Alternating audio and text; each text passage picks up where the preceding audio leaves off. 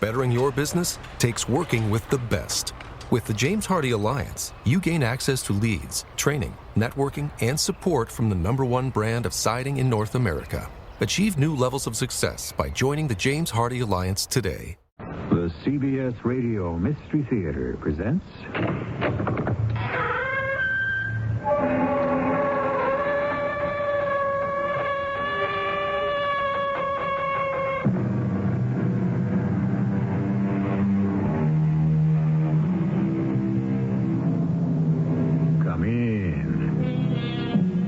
Welcome. I'm E.G. Marshall.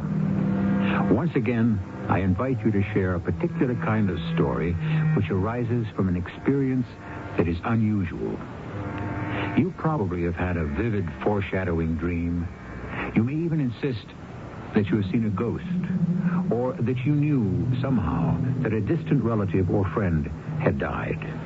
No matter what anyone may say, such experiences are as real as they are puzzling. They're impossible to prove scientifically because the mind is infinitely complex. Consider, for instance, the problem that Dr. Louis Roby, a psychologist with offices in New York's East Side, is talking over with his associate, Dr. Raymond Taylor. You heard the tape, Ray. Who is this, Mrs. Banning? I really don't know. You asked me to see her. Well, she was frantic. And now, this request. Why hypnosis? Because only in a state of induced sleep could she relive what happened generations ago. It's a horrible story, Louis. I don't doubt that it's true. What happened arose from some hereditary trait, some mutation of a gene. And the tiger surfaced.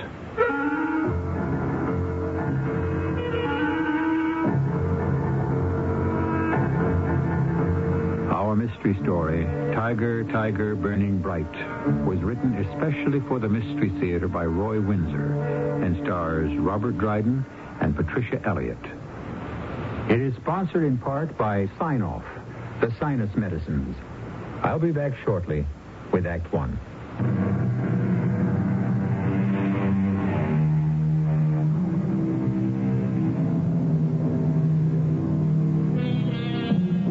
Such words as déjà vu, in which you experience something you seem to have experienced before, or inspiration, a word that means many things, a state of intense intellectual or emotional stimulation, or in theology, a supernatural influence that makes it possible for man to receive and to pass along some divine truth, all quite vague, and all challenges to psychologists who study mental processes. That is the profession of Dr. Louis Roby and his young associate, Dr. Raymond Taylor. Oh, you expecting another patient? No, I was about to go home. I'll see who it is. Thanks. If it's about an appointment... Yeah, I understand. Dr. Roby? Are you Dr. Roby? I must see you. No, I'm Dr. Taylor. I must see Dr. Roby. Well, I'm afraid that... Please, Oh, here. Sit down. I'll bring you a cup of water. No, I'm sorry. It's foolish of me. I won't faint, but it's churning around in me. You must think I'm crazy. Maybe I am. Dr. Roby, I must see him. You're not a patient of his? No. I've only heard of him. And you are? Banning. Mrs. Clarence Banning. Please, take me to Dr. Roby, or I don't know what will happen to me.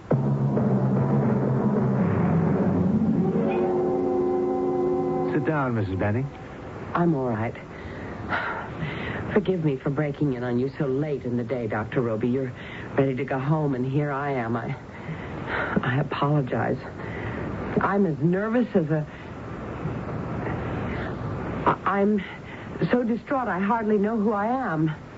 Nervous as a what, Mrs. Banning? Does that unspoken word upset you? I don't know why it should. Yes, it does. Can you tell me what's bothering you? If I could, I wouldn't have come to you for help. But we have to begin somewhere. Now, you're Mrs. Clarence Banning, and you live where? I would rather not say. I don't want my husband to know about this visit. You wouldn't learn about it from me. Your visit is a confidential matter. This has nothing to do with him. He's a fine man. Until recently, we've never had a strong disagreement. Ah, but recently you did disagree. No, we didn't. None of that is important, Doctor. I don't have the usual case history for you. I say this knowing how foolish it might sound, but there is a demon churning around inside me. And you don't know what it is. Why do you think I'd be able to help you, Mrs. Banning? Can you hypnotize me? Oh, that's an extreme measure. Can you? Are you qualified? Yes, to both questions, but why do you... No, let me put it this way. What has led you to resort to the idea of hypnosis? Because I feel that there is something buried inside me that only hypnosis can release. The other doctors have... Well, they've diagrammed my life from childhood, but this thing that churns inside me is something that is deeply buried. It has nothing, I know, nothing to do in my own personal background. You're implying that it's something more remote? It must be. Isn't that possible, Doctor? Yes, it may be. Excuse me for 1 minute, Mrs. Banning. If I can hypnotize you, Mrs. Banning, I'll record my questions and your responses on tape because... Oh, Ray, would you mind very much staying on a while longer? Mrs. Banning has requested hypnotic treatment. I may want to confer with you briefly after the session. Thank you. All right, Mrs. Banning. You will hypnotize me, Doctor. I'll try to. Why don't you sit in a more comfortable chair, the leather armchair over there? All right. Will you be able to put me under? I don't know, but I'll soon find out. Mrs. Banning? Oh, you're not Mrs. Banning? You say your name is Armstrong, Charlotte Armstrong. Charlotte. Bruce almost always called me Charlie. Only when he spoke severely, and that was seldom, did he say Charlotte. Was Bruce your husband? Oh, yes. Lieutenant Bruce Armstrong. An army man? Yes. A career officer with the Royal Engineers. We were stationed at a small outpost near the Trista River, a tributary of the Ganges. Where in India would that be, Mrs. Armstrong? In Bengal. And you and your husband lived there in that outpost? With our little girl. Oh? Born in India? No. No, I returned to my parents in Canterbury for the birth of Clarissa. And then you and the little girl returned to India? Yes. We were in Calcutta for a time, and I rather enjoyed it.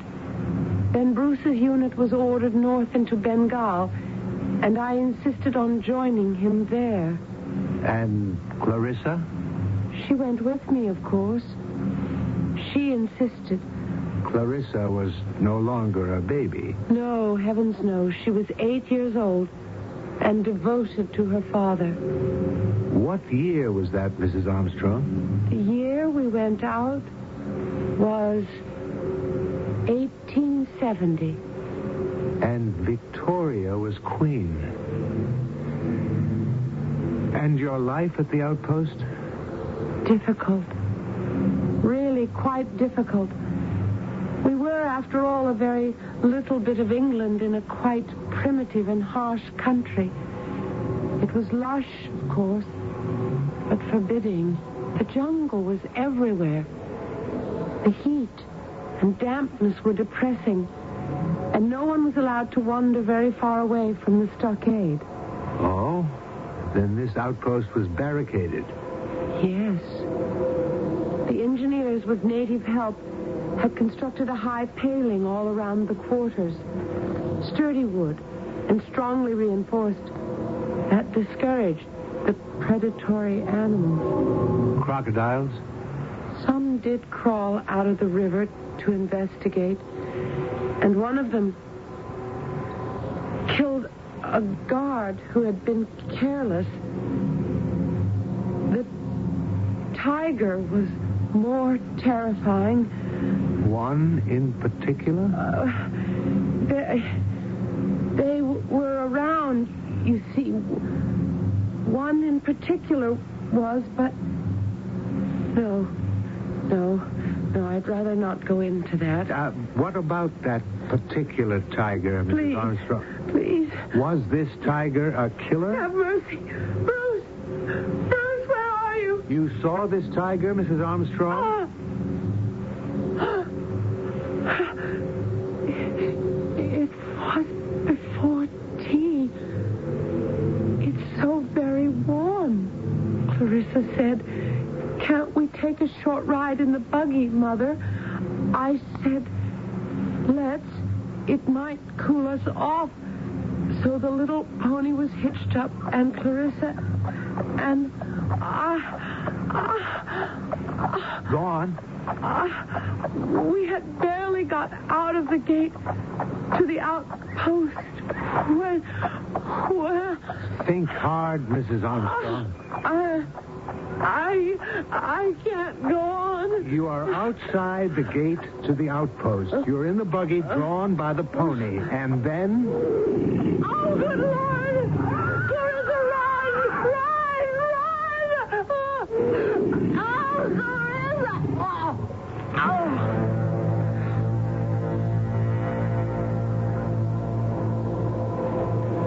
I'm going to bring you out of your trance. Now try to relax. When I say Mrs. Clarence Banning, you will come out of your trance. And I'm going to say it now. Mrs. Clarence Banning. Goodness. Here's a tissue, Mrs. Banning. Why is my face all wet? You've been weeping. You've relived a terrible experience. What was it? Does the name Armstrong mean anything to you? No. Or Bruce? Or Clarissa? No. But I like the names. Who are they? Your husband and 8-year-old daughter. I don't understand. Neither do I. Can you tell me something about your family, your mother and father? Are they mixed up in this? Tell me about them. Well, they were my parents. That's about all I can tell you. We were never very close. When they were divorced, my mother went her way and I went mine. You parted? No. I continued to live with my mother, and then I went to college. My mother remarried. I met the man, and I disliked him. An unctuous type.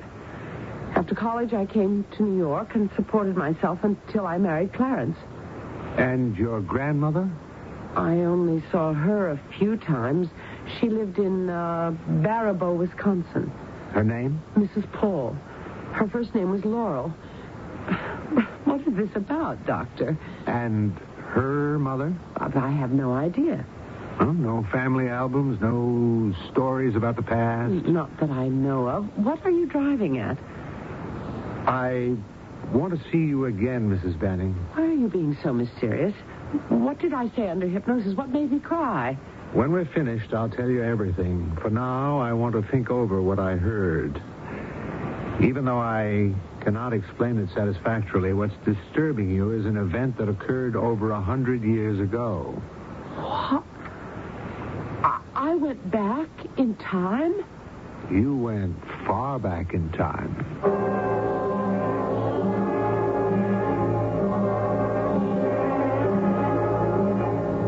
Jesus, the poor woman. It's remarkable, Ray.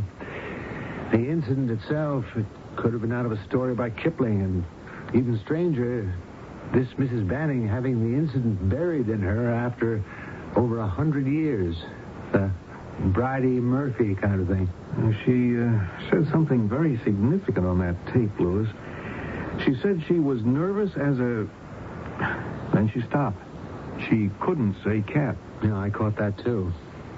That's why I agreed to hypnotize her. When she stuck on that word, I suspected, well, several things.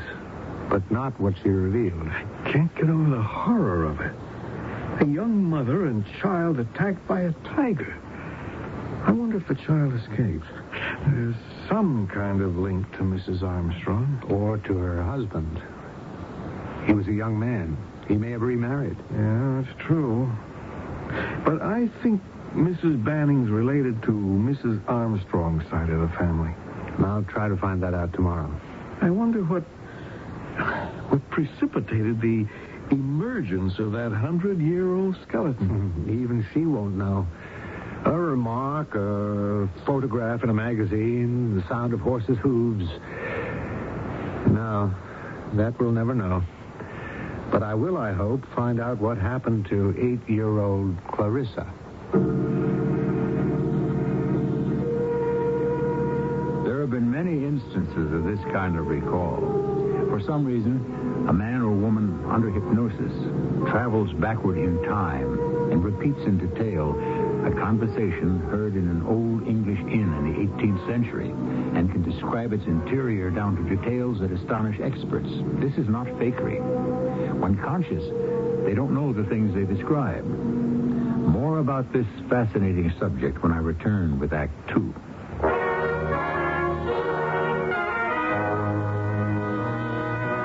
An exciting adventure in radio entertainment is yours every Monday through Friday. Sears Radio Theater with hosts of talent. I'm Lorne Green. I'm Andy Griffith. I'm Vincent Price. I'm Cicely Tyson. I'm Richard Widmark. The 5 very talented hosts who bring you a broad sweep of top-quality dramas on Sears Radio Theater over most of these CBS radio network stations. You'll hear a play in a different key every day of the week, Monday through Friday. Lorne Green hosting westerns on Monday. Andy Griffith, comedies on Tuesday. Vincent Price with mysteries on Wednesday. Cicely Tyson with stories of love and hate on Thursday. And on Friday, Richard Widmark and adventure. To enjoy this thrilling experience in radio entertainment, all you do is listen here for Sears Radio Theater, Monday through Friday, on most of these CBS radio network stations.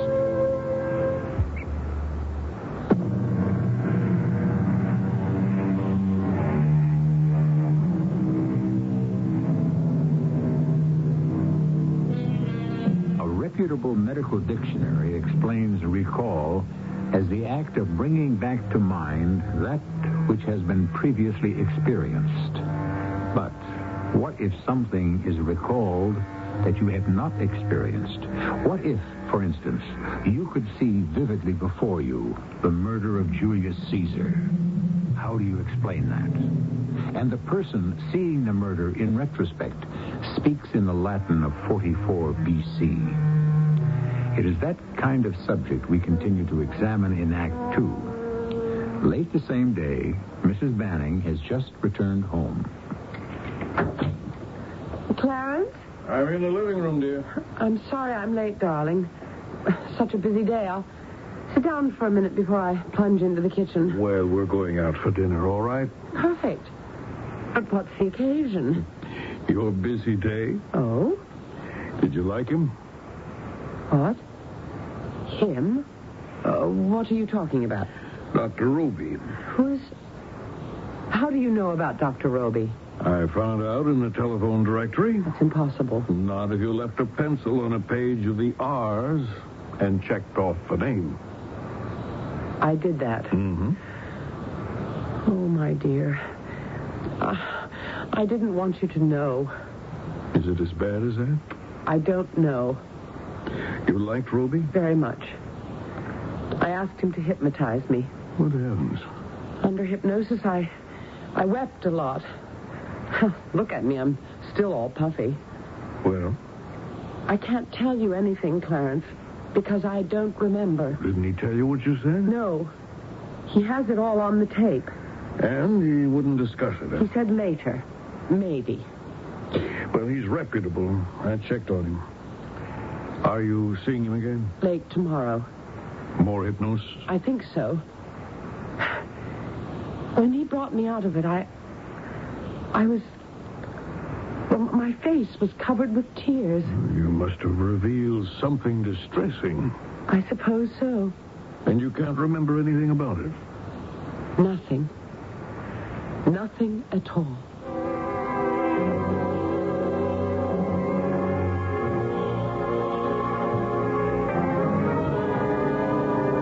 Remarkable, isn't it, Mr. Benning? Astonishing. And awful. Poor Charlotte. Charlotte? Is that your wife's first name? Yes? So there's more to this recall than we've heard. When all of it comes out, I'll review it with her. And she will be free of it. She'll be cured. Well, hopefully, but I can't promise that. I'd like to, but the attack by the tiger, the death of Charlotte Armstrong, the fate of the little girl, are experiences that were branded into the Armstrong line. Well, do you understand how? I mean, to an ordinary person like me, that's hard to understand. Well, it is to me, too. This is my first experience with this kind of recall, one that jumps generations. Charlotte Armstrong met a horrible death, and her 8-year-old daughter witnessed it. That scene was branded into the little girl's mind. If she survived, and I don't know that yet, she may have borne a child, and that child may have borne another, and so on. And each somehow retained... Oh, I'm lost. Because, well, now we're theorizing, but it's possible that the chromosomes from the Armstrong lineage did retain some remembrance of that past event. It became pronounced in your wife's case. Such fears can be drawn out and the person helped, but Mrs. Benning's fear is buried very deep in her subconscious. Mm-hmm. What about her mother? Was she an Armstrong descendant? I don't know. It could have been the father. I wouldn't know. Now, may I ask you to keep our discussion confidential until I have completed my examination of Mrs. Benning?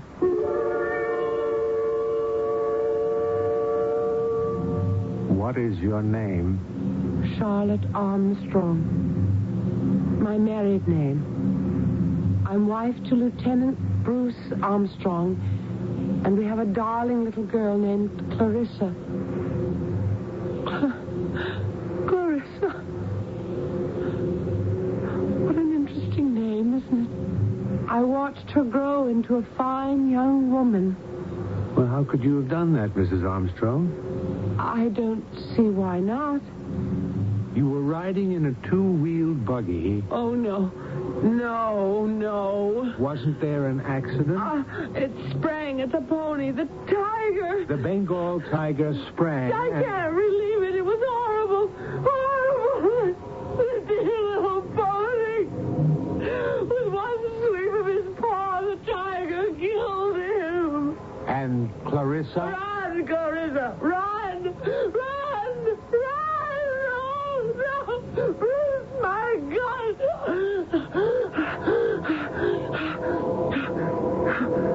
The tiger killed the pony, and then he killed you. Yes. He killed me. I don't remember anything more. I don't remember any pain.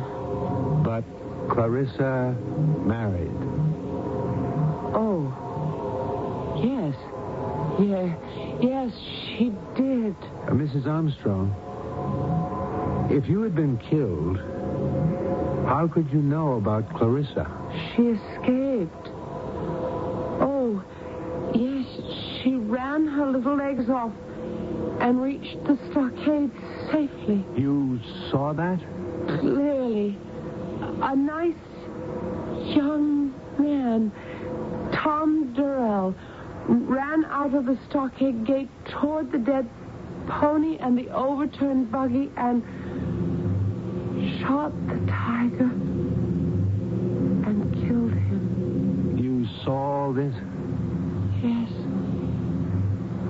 It was very sad.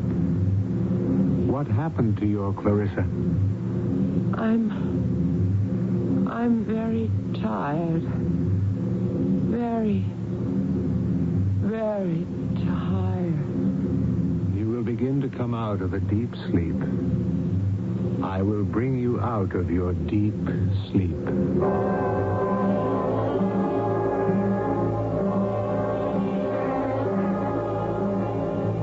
Has she left? No. She's lying down in my office asleep. She's exhausted. Did you listen to the tape? Yeah, I just turned off the machine. Hey, sit down, Louis. Oh, for a minute. I'm exhausted, too. It's not reincarnation. No. She's not an instance of a soul returning to a new body. What next? I'll talk with her and send her home. Then I'll ask her and her husband to come in for a visit. What about her problem, that churning sensation she has? Well, once she knows what's caused it, it may disappear. I hope so. Have they children? No. Well, and that's the end of the obsession.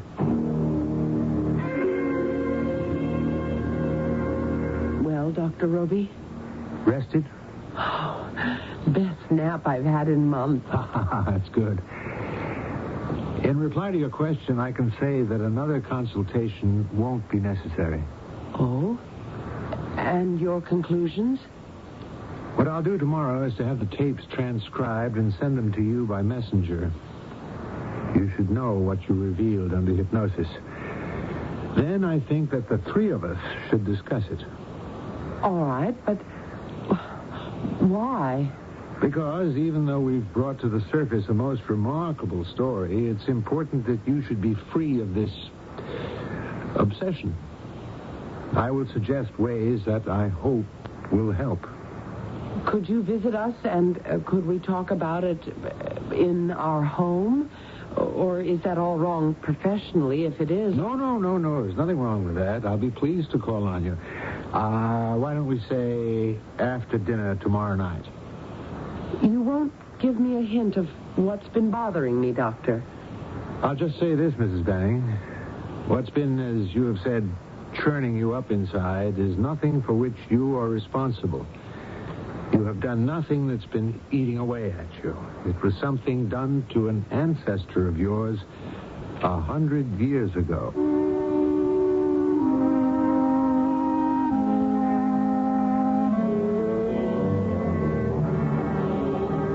It's positively weird, Doctor.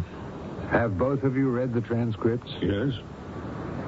Well, what did you think of the transcripts, Mrs. Benny? Well, the story floored me. It's a horrible story. It makes me queasy to think that I've carried it around in my subconscious all my life. Can you explain it? No, not to my satisfaction.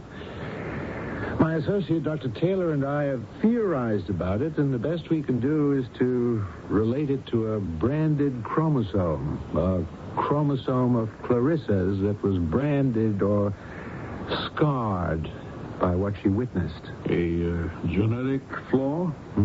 Perhaps. And of a kind that is rare. Then the tiger attacked and killed Charlotte Armstrong, and Clarissa naturally was horrified and never forgot what she saw. And then somehow her horror branded a chromosome? And when she bore a child, a slight shadow of what she had experienced was transmitted to her own child or children. Something in you triggered your recall, and you retrogressed 100 years. Now, it would help if you knew your family history. I don't. But we mean to find out. I think you should. Trace Charlotte Armstrong, if you can, through your lineage. Discuss her experience. Get it out into the light of day. If you persist, it's my hope that it will cease to horrify you and become just a conscious memory. You can handle that. Yes, I can do that. Good. It's what's hidden that's dangerous. What's secreted. It festers and is debilitating. You're saying this thing still could be dangerous? Very.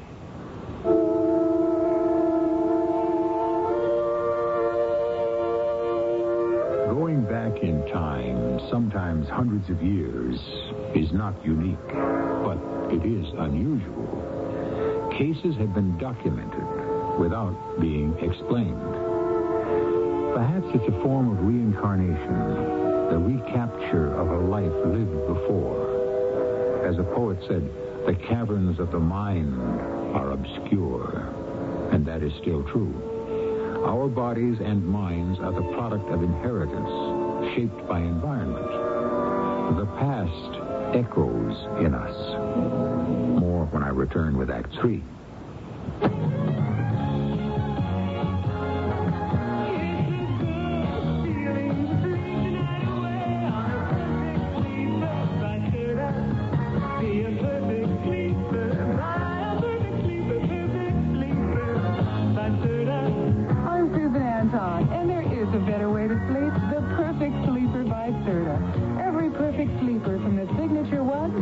With Pillow Soft Top gives you firmness that feels good. Firm, deep support for your back and luxurious comfort on top for you. See your Serta dealer soon.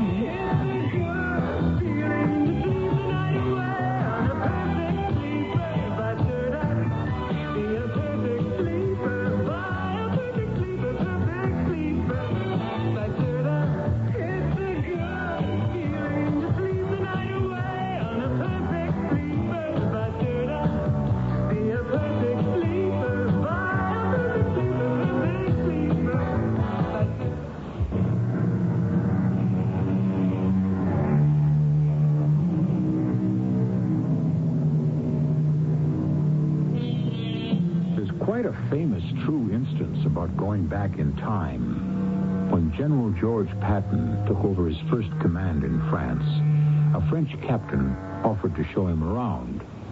Not necessary, said Patton. I've been here before. To prove it, he led the way to what was an old Roman amphitheater. Then to the drill grounds and to the former temples of Mars and Apollo. Patton, who believed in reincarnation, told the captain that he had been a Roman soldier in a previous life. That's one story, and there are others. So Mrs. Banning's recall of an attack by a tiger in Bengal in the late 19th century cannot be brushed aside as fiction. The next morning, Dr. Roby is speaking to his associate. The Bannings are lovely people. They're intelligent. You told them that the Armstrong story still could be dangerous? Yes.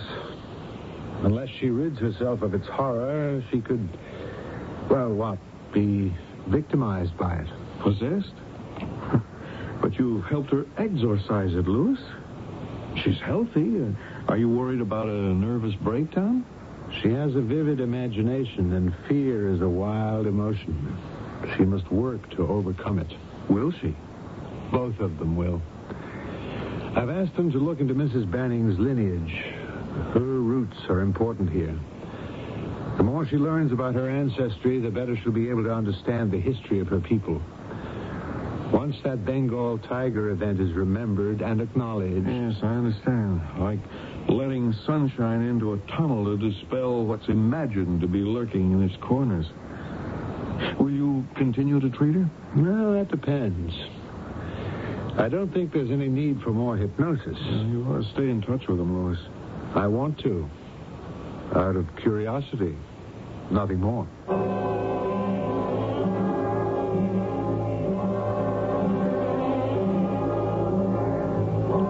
Clarence, won't you be late at your office? It's almost... Yes, I know.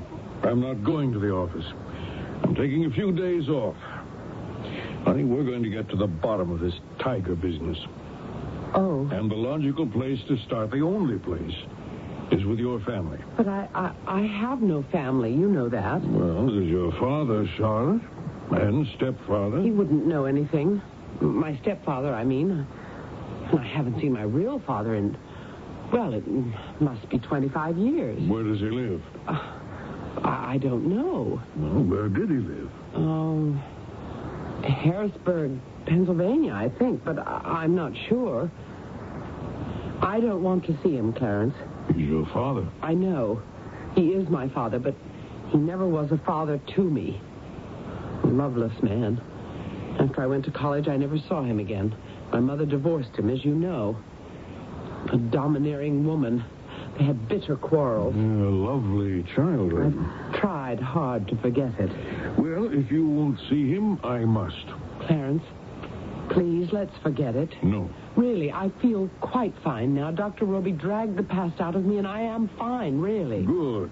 But I intend to follow the doctor's orders. Now, he's anxious to link you up with Charlotte Armstrong. And so am I. But why? To clear away the last shred of mystery about what you recalled. Get the whole thing out in the open. Your father's name, if he's still living, you know that? No. Well, if he is, he must be in his 70s. Well, anyway, his full name? Wingate. Ronald James Wingate. Harrisburg, Pennsylvania. All right, I'll try to trace him. And then we'll pay him a visit.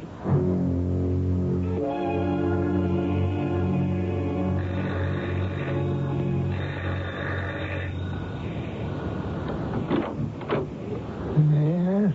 Banning. I telephoned late yesterday. May I come in? You might as well. Wind's giving me a chill. Thank you. You're Charlotte's husband? Yes. This is the first time I've had the pleasure of meeting you. Yeah, you won't find it much of a pleasure. I lead my life, and I prefer to be left alone. Well, I won't take much of your time, Mr. Wingate. May I sit down? No, yes, go ahead. What's all this about a tiger?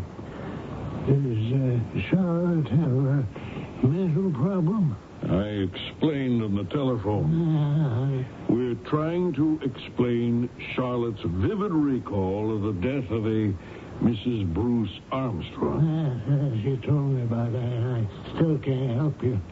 Well, you agreed to think about your heredity, Mr. Wingate. I have.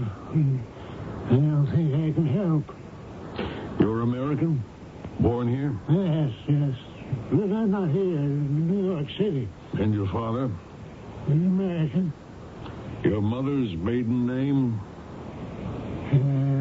Pamela Nelson. American? English, I think. She died when I was a boy. And her mother, your grandmother? I never knew her. But she could have been Clarissa something. Maiden name Armstrong. Charlotte Armstrong to Clarissa to Pamela Nelson, your mother. If you could link up. Is there money there? No, why do you ask? You talk like a lawyer. I am a lawyer. I thought so. There must be money there. You come all the way from New York just to ask me questions about a tiger? I did. A remembrance of the tiger killing her mother. Nonsense. Her mother married a smiler and died of boredom. And Charlotte, as a child, always was a little strange. Well, she's no longer, if she ever was, Mr. Wingate. Charlotte's outgrown her unhappy childhood. I think you'd better go. Yes, so do I. Thank you for your courtesy. Sit down, Mr. Banning. You look tensed up. Yes, I am. But I also have some news that I think is pretty good. I paid a visit to my wife's father.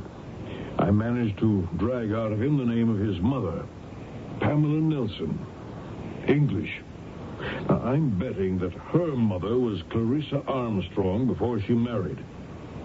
So maybe we really can trace my wife's lineage back to Mrs. Bruce Armstrong and her gruesome death. Good, very good. I'll start now at the other end, England. And when I've got it put together, I'll call on you again. I want you to. The sooner the better. Oh? It's really that important? I think it could be. In my opinion, and it's only that, perspective here is important. Your wife's recall of that tiger attack was vivid, as if a tiger had attacked her. I want to try to push that far back in her subconscious memory, so far back that it will never surface again as an immediate experience. What if my investigation drags on? Huh? Then it'll have to. But until the history is all laid out, Mrs. Banning could still be terrorized by that tiger attack.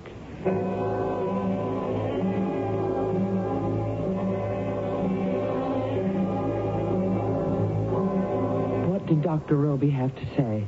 Oh, not much, really. He's pleased about my detective work. You've been gone a very long time. Well, I stopped by my office and got busy about the English end of the thing. What time? Well, it is late. Almost noon. Well, how about a walk along Fifth Avenue? It's a lovely day.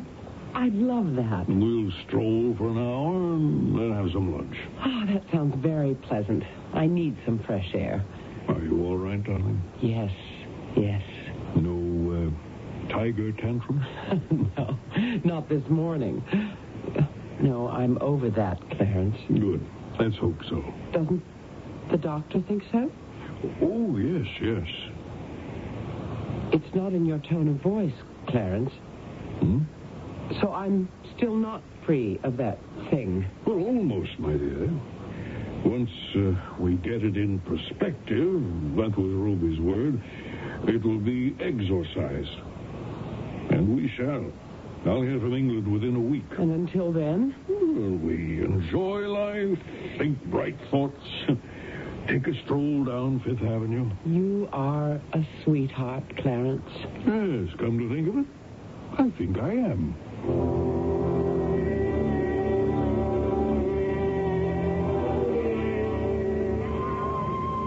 Clarence, why don't we wander around in the zoo?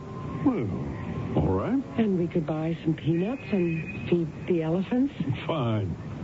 You never said much about your visit with my father, Clarence. Well, it didn't amount to much, my dear. Was he cordial? No. But that was unimportant. He's a strange man. Look. Some of the big animals are in their outdoor cages. Yes. Look at that fella. Can you look at him, or shall we turn away? No. Huge, isn't he? Magnificent. A Bengal tiger. That's right. With nothing to be alarmed about. Clarence, I think we should turn back. Certainly. Oh, you're trembling. Darling, you can't go on hiding. Please, Clarence. I feel I'm frightened. Well, come away, then. He's jumped down from his shelf. So he has. I want to run. Charlotte? Clarissa, run! Run! Clarissa! Oh, my leg! Oh! Charlotte! Charlotte! Darling, get up!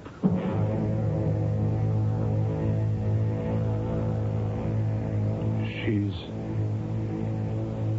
dead? Dead. Oh, no. The Bannings were strolling through Central Park, and they walked around in the zoo.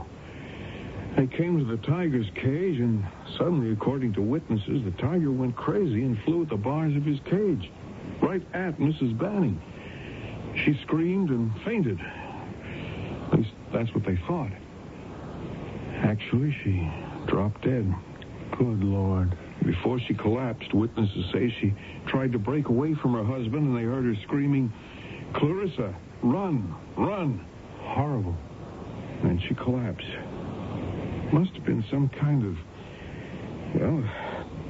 affinity between the tiger and Mrs. Banning. Oh, that's far-fetched, Ray. Yeah, maybe. But animals do sense when a person's afraid of them. I caused her death. Well, that's foolish. Through hypnosis, I brought that killer tiger to the surface of her mind. Well, of course, and a good thing, too. But because I did, Mrs. Banning was conscious of it. It had come to the forefront of her mind. When she saw the tiger in the cage, that was the catalyst. That tiger became the Bengal killer tiger. The collision of the ideas horrified her. That's why she became Mrs. Armstrong for that moment. Now I'll see who it is. Okay. Mr. Banning? Dr. Roby. Come in. I don't know what to say. Dr. Taylor just told me what happened. I'm inexpressibly sorry. I feel my responsibility deeply. I thought you might. But you were not responsible, Doctor. I've been walking around and thinking for hours. I'd like to blame someone, but I can't. It was fated. Even the cure. Hypnosis and exorcism to get rid of an obsession. It was just fated that the cure was discovered too late. My wife was doomed over 100 years ago.